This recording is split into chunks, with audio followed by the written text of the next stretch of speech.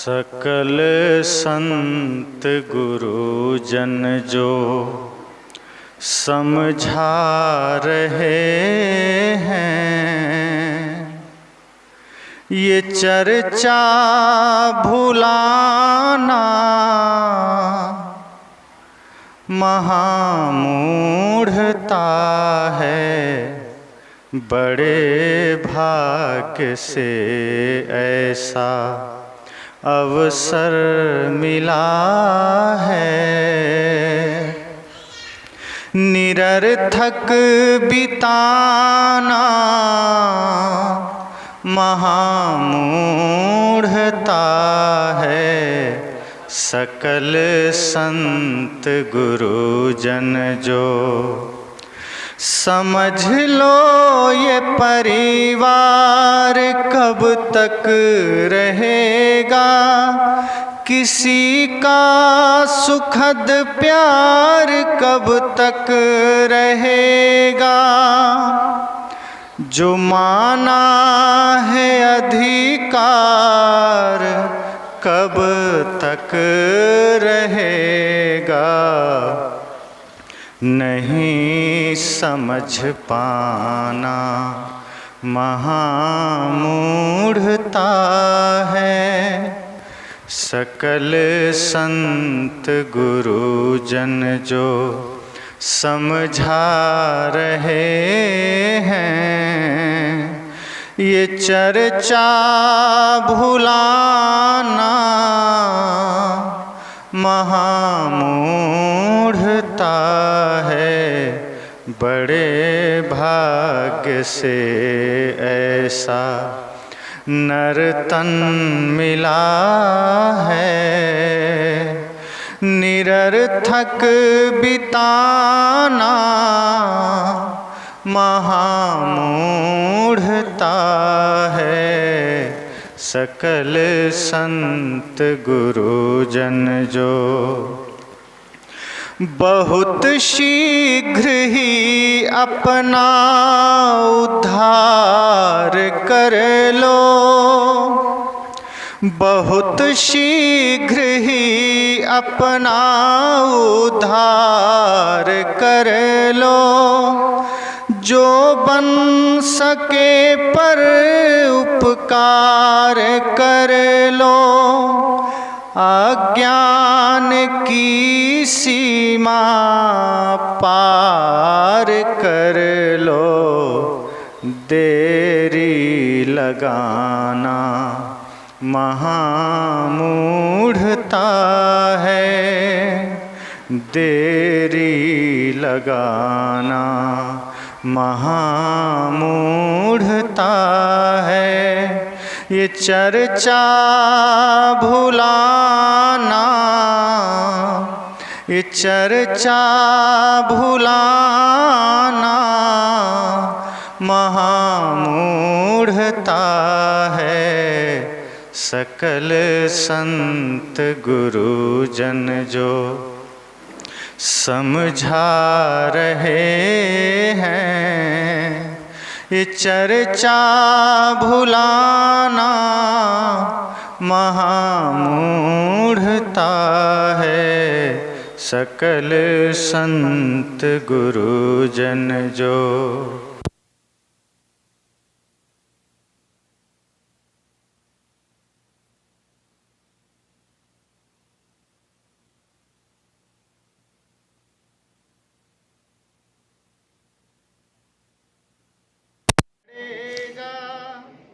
नहीं चाहने पर भी चलना पड़ेगा, जिसे त्याग कर हाथ मलना पड़ेगा, वहाँ मन फसाना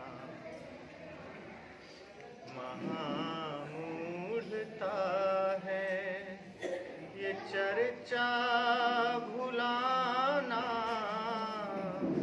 महामूढ़ता है। सकल संत गुरु जन जो समझा रहे हैं, ये चर्चा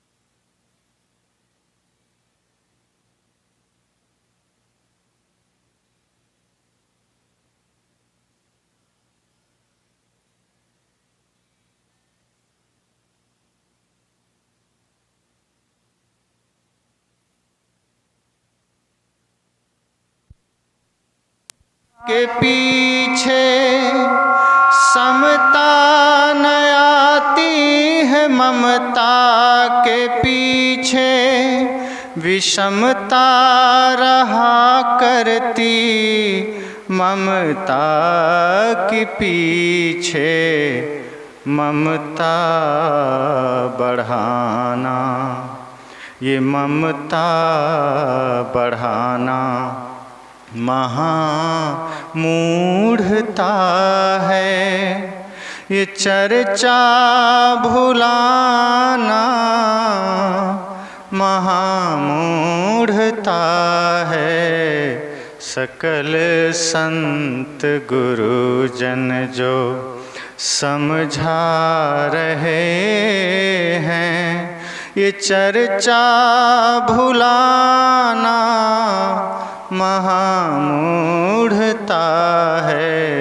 सकल संत गुरुजन जो कहीं मुग्ध हो करके तन में न अटको, कहीं मुग्ध हो करके तन में न अटको, कहीं लोभी बन कर के धन में न अटको, अचल में रहो चपल मन में न अटको, पथिक अटक जाना महामूढ़ता है। ये चर्चा भुलाना, ये चर्चा भुलाना महामूढ़ता है। सकल संत गुरुजन जो समझा रहे हैं, ये चर्चा भुलाना महामूढ़ता है। सकल संत गुरुजन जो, सकल संत गुरुजन जो। संत कहते हैं संपूर्ण जीवन का एक तरह से बायोडाटा दे दिया उन्होंने, सूत्र दे दिया कि कहाँ कहाँ हम फंसते हैं और कहाँ से हमें दुख मिलता है। इसलिए जो विचार हमारे सामने आते हैं अध्यात्म के, वो किसी क्षणिक समय के लिए नहीं है, संपूर्ण जीवन को अमृत प्रदान करता है। सोचिए, जब हम शोक की अवस्था में होते हैं, जब हम विचलित अवस्था में होते हैं, जब हम ऐसा समय में, ऐसे समय में होते हैं जब लगता है कोई सहारा नहीं है और संसार से सबसे हम अलग हो जाते हैं, तब लोग क्या करते हैं? जिनको धर्म का सहारा नहीं है, गुरु संत का सहारा नहीं है, वे लोग आत्महत्या कर लेते हैं। उन्हें लगता है अब जीने से क्या फ़ायदा, अब जीवन में बचा ही क्या है। लेकिन अगर हम संतों के विचार को देखें, ऋषि मुनियों के विचारों को देखें, सुने, तो जीवन कभी भी अंधकार में नहीं जाएगा। जीवन में सदैव शांति का उजाला होगा, प्रेम का उजाला होगा। इसलिए किसी संत ने और भी कहा है, एक नेक मशवरा है मेरा, मान लीजिए। एक नेक मशवरा है मेरा, मान लीजिए। दुनिया ये 4 दिन की है, पहचान लीजिए दुनिया ये 4 दिन की है, पहचान लीजिए। एक नेक मशवरा है मेरा, मान लीजिए दुनिया ये 4 दिन की है, पहचान लीजिए दुनिया ये 4 दिन की है। संतों ने ये कहा है, किताबों में है लिखा, संतों ने ये कहा है, किताबों में है लिखा। पीने से पहले पानी को छान लीजिए। एक नेक मशवरा है मेरा, एक नेक मशवरा है मेरा, मान लीजिए दुनिया ये 4 दिन की है, पहचान लीजिए दुनिया ये 4 दिन की है। चरणों में आके लाखों की बिगड़ी संवर गई, चरणों में आके लाखों की बिगड़ी संवर गई। एक दो नहीं है सैकड़ों, एक दो नहीं है सैकड़ों, परमान देखिए एक नेक मशवरा है मेरा, मान लीजिए एक नेक मशवरा है मेरा, मान लीजिए दुनिया ये 4 दिन की है, पहचान लीजिए दुनिया ये 4 दिन की है, पहचान लीजिए। मुश्किल नहीं है कुछ भी यहाँ यदि ठान लीजिए, दुनिया ये 4 दिन की है, पहचान लीजिए। संत ने कहा ये दुनिया 4 दिन की। अब इसका मतलब ये नहीं कि 4 दिन की ही है कि 5वें दिन खत्म हो जाएगी दुनिया। दुनिया तो रहेगी, पर जब हम होते हैं तो हमारे लिए दुनिया होती है, हम नहीं तो हमारे लिए दुनिया खत्म हो गई। संत ने कहा ये 4 दिन अर्थात कम समय है, 4 दिन भी नहीं कह सकते कितना है। इस बीच में हमें जीना कैसे है? जैसे हम सत्संग सुनते हैं, सत्संग में जाते हैं, तो कोई जरूरी नहीं कि सत्संग भवन में जाएं तो ही सत्संग होगा, पंडाल में जाएं तो ही सत्संग होगा, संत के सामने जाएं तो ही सत्संग होगा। आपको पता है अंगुलीमाल और बुद्ध जंगल में मिले थे, न माइक था, न पंडाल, न सत्संग भवन, न श्रोता, कुछ नहीं। एक तरफ बुद्ध खड़े हैं, एक तरफ खूंखार डाकू अंगुलीमाल खड़ा है। 10 से 15 मिनट की बातचीत हुई दोनों में और सत्संग हो गया, और अंगुलीमाल बदल करके हिंसक से अहिंसक बन गया। 10-15 मिनट का ही सत्संग हुआ होगा, अंगुलीमाल बदल जाता है। तो सत्संग ये भी है। रत्नाकर और नारद के बीच कुछ ही क्षण की बातचीत हुई और रत्नाकर बदलकर वाल्मीकि बन जाते हैं, ये भी सत्संग है। स्वयं सिद्धार्थ गौतम एक बीमार आदमी को देखते हैं, मन में प्रश्न पैदा हो जाता है कि ये कौन सा आदमी है। सिद्धार्थ के सारथी ने कहा ये बीमार आदमी है, इसके शरीर में रोग हो गया है। सिद्धार्थ ने कहा क्या मेरे शरीर में भी रोग हो जाएगा? सदगुरु कबीर ने भी कहा है तन धर सुखिया काहू न देखा, जो देखा सो दुखिया।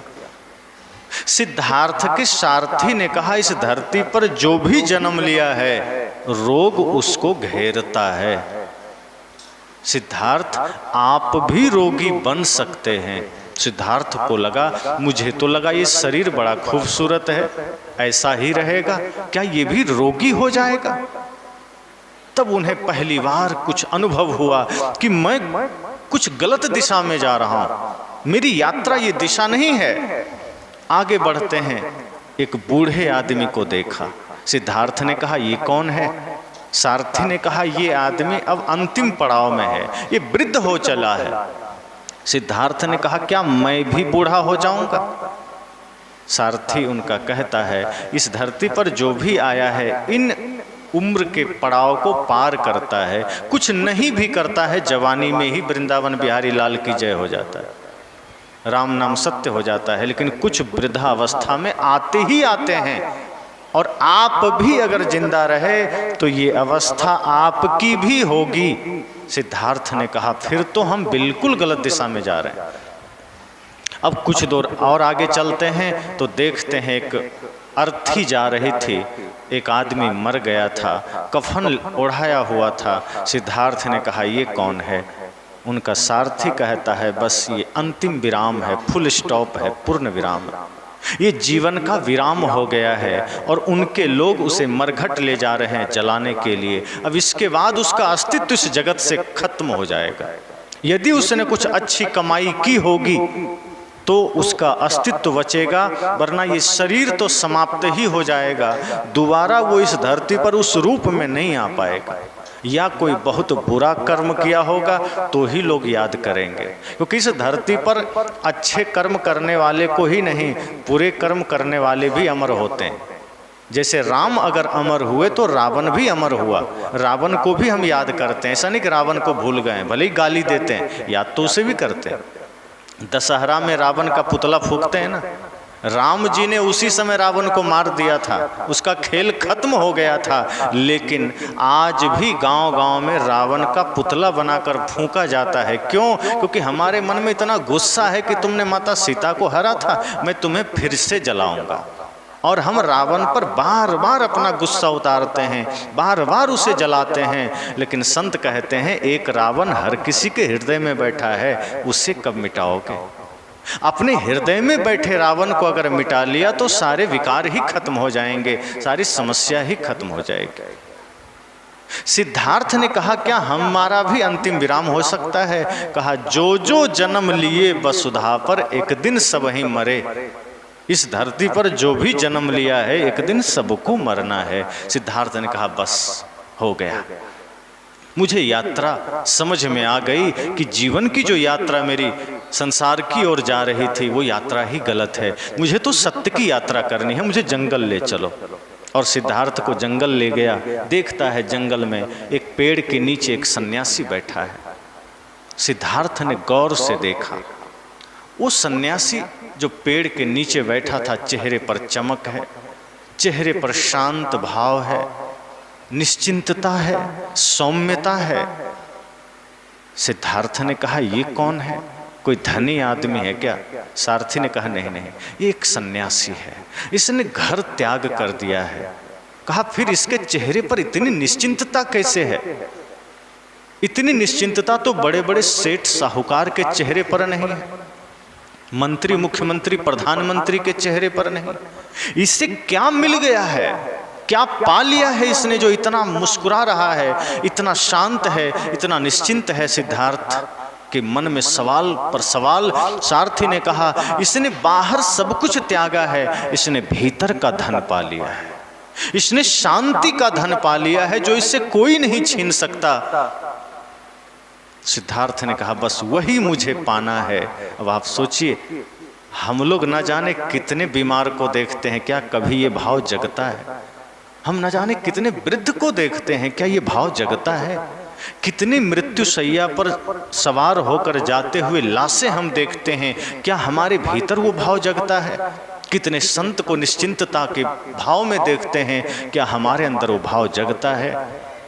मैंने कहा सत्संग कहीं भी हो सकता है, रास्ता चलते भी सत्संग हो सकता है।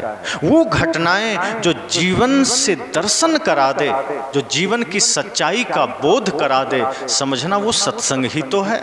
और सत्संग 1 घंटे नहीं, आधे घंटे, 2 घंटे, 4 घंटे नहीं, सदगुरु कहते हैं सत्संग तो 24 घंटे होना चाहिए। और वो सत्संग क्या है? बैठ करके माला जपना या भजन गाना नहीं है। वो सत्संग है मन को निर्मल बना लीजिए और जीवन को ऐसा बना लीजिए, झाड़ू भी लगाएं तो सत्संग चलता रहे, आप स्कूल जाएं तो भी सत्संग चलता रहे, आप बाजार जाएं तो भी सत्संग चलता रहे, आप लोगों से बात करें तो भी सत्संग चलता रहे। इससे होगा क्या? जब भीतर श्वास श्वास में सत्संग प्रवाहित होता रहेगा तो इस मुख से कभी गलत नहीं निकलेगा। जब श्वास श्वास में सत्संग प्रवाहित रहेगा तो ये आंख कभी गलत जगह नहीं जाएगी। जब श्वास श्वास में सत्संग की धारा बहेगी तो ये कान कभी गलत शब्द को भीतर आने नहीं देगा। जब श्वास श्वास में सत्संग प्रवाहित होगा तो ये हाथ कभी किसी के गर्दन पर नहीं जाएगा। फिर ये हाथ अगर जाएंगे तो किसी की सहायता के लिए जाएंगे, ये हाथ अगर जाएंगे तो किसी की सेवा के लिए जाएंगे, किसी के चरण छूने के लिए जाएंगे, किसी का गर्दन छूने के लिए नहीं जाएगा, ये गलत करने के लिए नहीं जाएगा, किसी को जीवन देने के लिए उठेगा, हत्या करने के लिए नहीं उठेगा। इसलिए संत कहते हैं सत्संग 24 घंटे होना चाहिए, अर्थात हमारे मन मस्तिष्क हृदय में सत्संग बैठ जाना चाहिए। आप पढ़ते हैं तो भी सत्संग वहाँ मौजूद रहे, आप सुनते हैं सत्संग मौजूद रहे, आप काम करते हैं सत्संग के ही प्रकाश में काम करें। जब सत्संग भीतर समाहित होगा तो सत्संग के प्रकाश में किया जाने वाला सभी कर्म पवित्र होंगे।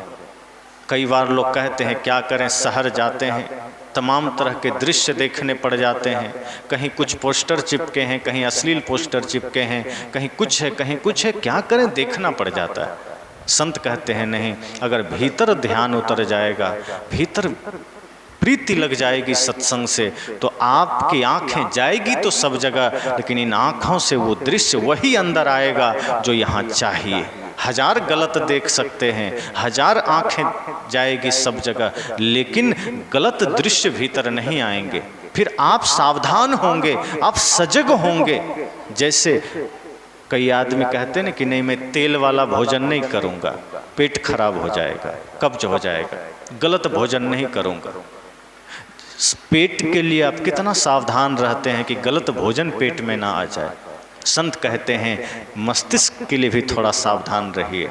आँख से जो भोजन, कान से जो भोजन आ रहा है वो मस्तिष्क को भी कब्ज कर सकता है, वो मस्तिष्क को भी गंदा कर सकता है। जैसे भोजन मुख से हम लेते हैं तो पेट गंदा होता है, पेट में खराबी आती है, ऐसे ही आँखों से जो भोजन हम ग्रहण करते हैं, कान से जो भोजन हम ग्रहण करते हैं वो मस्तिष्क को गंदा कर सकता है। इसलिए वहाँ हमें सावधान रहना है। और वो सावधानी कैसी चाहिए? मैं अक्सर एक घटना सुनाया करता हूँ महाभारत का, कि जब कौरवों और पांडवों की शिक्षा पूरी हो गई तो द्रोणाचार्य ने कहा कि अब दोनों की परीक्षा होगी। और कौरव और पांडव दोनों आ गए। परीक्षा की बात आई तो एक चिड़िया पेड़ पर रखा गया, खिलौना दूर में, और गुरु द्रोणाचार्य ने कहा देखो पेड़ पर एक चिड़िया है और तुम लोगों को उसी पर अपना निशाना साधना है। और निशाना बिल्कुल चिड़िया की आंख की पुतली पे साधना है। दुर्योधन पहले ही कूद के सामने आ गया, उसने कहा बस पहला नंबर मेरा है, मैं तो पहले ही बाण में काम तमाम कर दूँ। द्रोणाचार्य ने कहा रुको रुको, तुम हड़बड़ाओ नहीं, पहले मेरी पूरी बात तो सुन लो।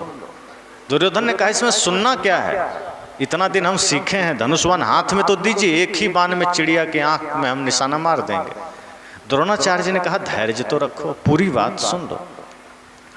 निशाना तो लगाना ही है, चिड़िया की आंख में बाण मारना ही है, पर उससे पहले मेरा एक सवाल तो सुन लो। लोगों ने कहा ठीक है सुन लेते हैं, पर दुर्योधन थोड़ा घमंडी था, उदंड था। उसने कहा इसमें सवाल जवाब क्या है, आप तो हमको बाण मारने के लिए लाए हैं, सवाल जवाब ही करना होता तो यहाँ क्यों लाए। द्रोणाचार्य ने कहा थोड़ा धैर्य तो रखो। द्रोणाचार्य ने कहा कि चिड़िया के आंख में बाण मारना है, पर उससे पहले मेरा एक सवाल होगा, अगर उसका उत्तर तुम दे दोगे संतुष्ट हो जाऊंगा मैं, तो ही बाण मारने दूंगा। दुर्योधन ने कहा ठीक है, फिर भी मुझे ही पहला नंबर दीजिए। द्रोणाचार्य ने कहा ये बताओ तुम्हें दिखाई क्या दे रहा है, वो चिड़िया जहाँ मैंने रखा है, जहाँ तुम्हें बाण चलाना है, तुम्हें वहाँ दिखाई क्या दे रहा है। उसने कहा लो कर लो बात, पेड़ दिखाई दे रहा है, पीछे नदी दिखाई पड़ रही है, पहाड़ दिखाई पड़ रहा है, पूरा सब कुछ दिखाई पड़ रहा है, आंख बंद थोड़े है मेरा। द्रोणाचार्य ने कहा फिर साइड हो जा, तुमसे नहीं होगा। उसने कहा बाण चलाने भी नहीं दिया, साइड हो जा। कहा बिल्कुल साइड हो जाओ, तुमसे नहीं होगा। दुर्योधन सोचा गुरुदेव हैं क्या करें, मन तो हो रहा था गुरुदेव से जबरदस्ती करें, फिर गुरुदेव हैं कहीं कुपित ना हो जाएं, साइड हो गया। एक एक कर को बुलाते गए, अब जो भी आता वही सवाल करते, क्या दिखाई दे रहा है, सब कहता पीछे पेड़ दिखाई दे रहा है, नदियां दिखाई दे रही, आंख खुली है, सब दिख रहा है। द्रोणाचार्य कहते धनुष्वान रखो, साइड हो जाओ। ऐसे करते करते धीरे धीरे सब साइड होते चले गए। पांडवों की भी बारी आई, युधिष्ठिर भी उस लाइन में खड़ा हो गया, भीम भी चला गया। द्रोणाचार्य ने समझ लिया कि लगता है मेरा शिष्य अर्जुन पर ही मुझे भरोसा करना पड़ेगा, बाकी तो सब ऐसे ही है। फिर इसलिए उन्होंने नकुल सहदेव सबसे पूछा, कहा अर्जुन तुमसे मैं बाद में पूछूंगा, क्योंकि तुम ही पर भरोसा है, बाकी तो नाक कटा दिया, अब तुम पर ही अंतिम भरोसा है। सब हट गए, अर्जुन सामने आया। अर्जुन से कहा अर्जुन तुम बताओ तुम्हें क्या दिख रहा है। कहा गुरुदेव मुझे चिड़िया की आंख की पुतली बस दिख रही है और कुछ दिख ही नहीं रहा है। द्रोणाचार्य ने कहा बस तू बाण मार, तेरा काम हो जाएगा। और अर्जुन ने बाण मारा और चिड़िया की आंख में बाण लगता है। द्रोणाचार्य ने कहा बेटा तूने मेरा मान रख लिया। दुर्योधन ने कहा गुरुदेव ये तो पक्षपात है, ये तो सिर्फ बोल दिया कि पुतली दिखाई देती है, इसको भी पेड़ दिखाई दे रहा होगा, हमको भी तो बाण मारने देते। गुरु द्रोणाचार्य ने कहा बाण की परीक्षा नहीं हो रही थी, परीक्षा तुम्हारे चित्त की हो रही थी, तुम्हारी दृष्टि की हो रही थी। क्योंकि मैंने चिड़िया की आंख में बाण मारने का लक्ष्य दिया था तुम्हें। जो व्यक्ति को जो लक्ष्य मिले, अगर उसके अलावा वो बाकी चीजों पर भी ध्यान कर रहा है, इसका मतलब वो लक्ष्य से भटक रहा है। अर्जुन ने सिर्फ ऐसा नहीं है कि जब अर्जुन को मैंने पूछा तो पीछे का पहाड़ गायब हो गया, पेड़ गायब हो गया, कि नदी नाले गायब हो गए। अर्जुन के लिए भी नदियां थी, पेड़ थे, पहाड़ थे, लेकिन अर्जुन के मन में, अर्जुन के चित्त में एक ही भाव था कि मुझे चिड़िया की आंख में बाण मारना है, मुझे अपने लक्ष्य से विचलित नहीं होना है, मुझे अपने उद्देश्य से भटकना नहीं है। और इसका परिणाम ये हुआ कि वो चिड़िया की आंख में बाण मार दिया। तुम चिड़िया की आंख में बाण मारते, लेकिन तुम बाहर भी दृष्टि कर रहे थे, तुम यहाँ भी देख रहे थे। इसलिए द्रोणाचार्य ने कहा कि मैं ये कहना चाहता हूँ कि जो लक्ष्य मिले, जो उपयोगी है, जो जरूरी है, अपना चित्त सिर्फ वहीं ले जाओ। संत यही तो कहते हैं कि आप बाजार जाइए, चाहे खेत जाइए, चाहे खलिहान जाइए, अपना मन, अपना चित्त वहीं ले जाइए, उसी बिंदु पर केंद्रित करिए जिसकी हमें आवश्यकता है। जैसे आपको चप्पल खरीदना है तो आप दुकान जाते हैं, बगल में बहुत सारी दुकानें हैं, बर्तन की है, कपड़े की है, मोबाइल की है, सब्जी की है, तो आप क्या करते हैं? चप्पल खरीदते हैं, सब दुकान को इग्नोर कर देते हैं, उपेक्षा कर देते हैं, और जहाँ चप्पल मिल रहा है वहाँ से चप्पल खरीद के घर आ जाते हैं। ऐसा तो नहीं करते ना कि क्या करें, यहाँ तो कपड़े की भी दुकान है, यहाँ तो सब्जी की भी दुकान है, यहाँ तो मोबाइल की भी दुकान है, हम चप्पल बस कैसे खरीदें? ऐसा करते हैं, सब दुकान से सब कुछ खरीद के चलते हैं। ऐसा नहीं करते।